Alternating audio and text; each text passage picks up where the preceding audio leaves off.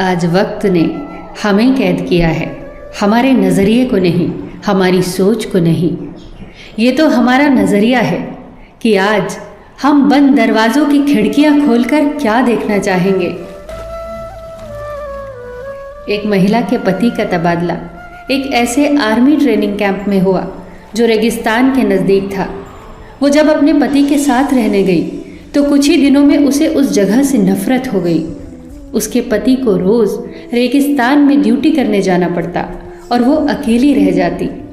लगातार बढ़ता तापमान, असहनीय गर्मी, चारों ओर कैक्टस ही कैक्टस, बात करने को कोई भी नहीं, गर्म हवाएं लगातार बहती, कुछ भी खाओ पियो, यहाँ तक कि सांस भी लो तो सब में धूल ही धूल भरी होती।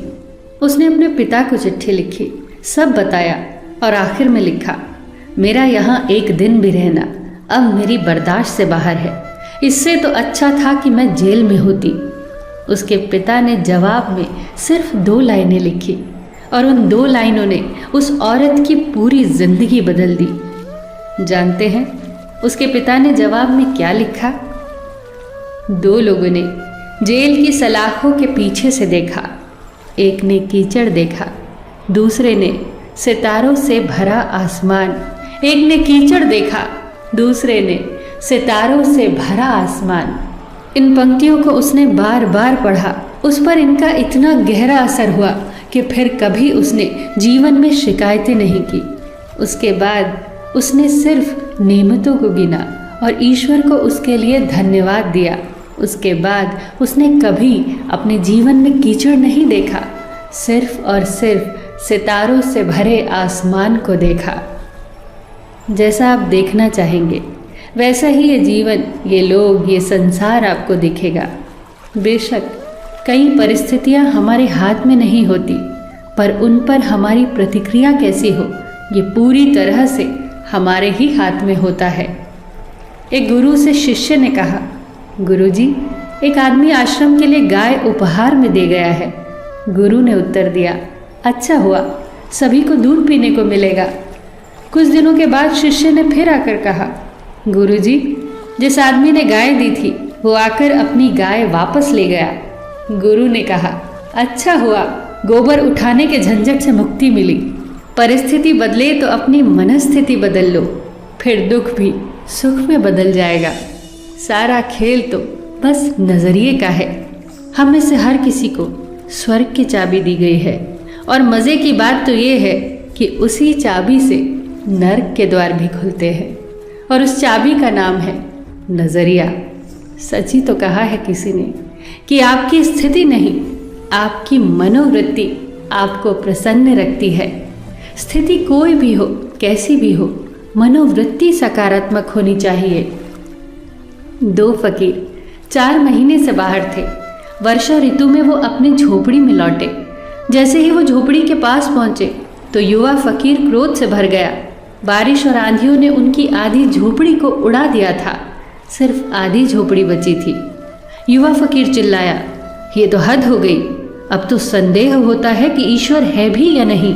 नगर के पापियों के महल ज्यों के त्यों खड़े हैं, उनका तो बाल भी बाका नहीं हुआ। हम दिन रात प्रार्थना करते हैं और ईश्वर ने हमारी झोपड़ी तोड़ डाली। दूसरी तरफ बूढ़ा फकीर आसमान की तरफ हाथ जोड़कर खड़ा था।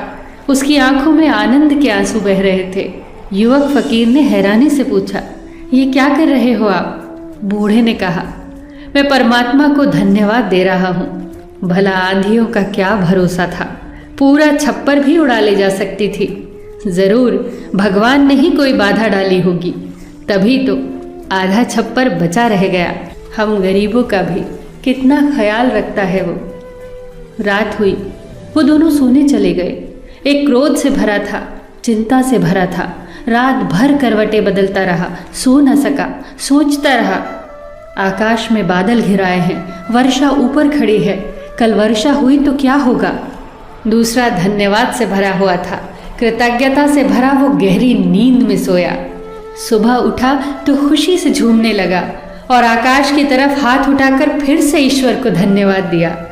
हे परमात्मा, शुक्र है तेरा, मुझे तो पता ही नहीं था कि आधे झोपड़े में सोने का क्या आनंद है। अगर पहले पता होता तो तेरी हवाओं को भी तकलीफ न देते, खुद ही आधा छप्पर अलग कर देते।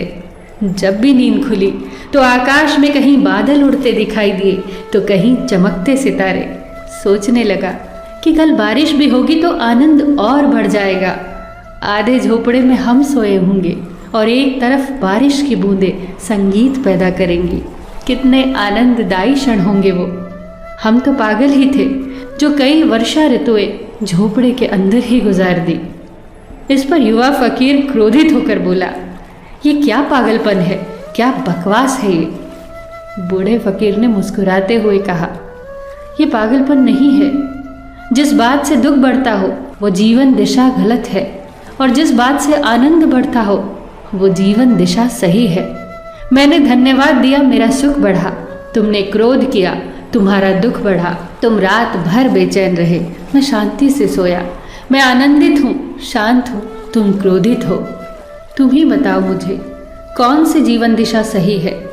सच ही तो है, जिस बात से आनंद बढ़ता हो, सुख बढ़ता हो, शांति बढ़ती हो, वही जीवन दिशा तो सही है। दोस्तों, याद रखना, इन दो पंक्तियों को हमेशा याद रखना और दोहराना जब भी परिस्थितियां प्रतिकूल हो।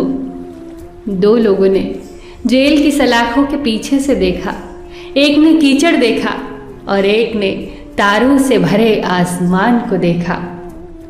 फिर मिलेंगे दोस्तों अगली वीडियो के साथ। तब तक के लिए अपना ख्याल रखना और हमेशा मुस्कुराते रहना।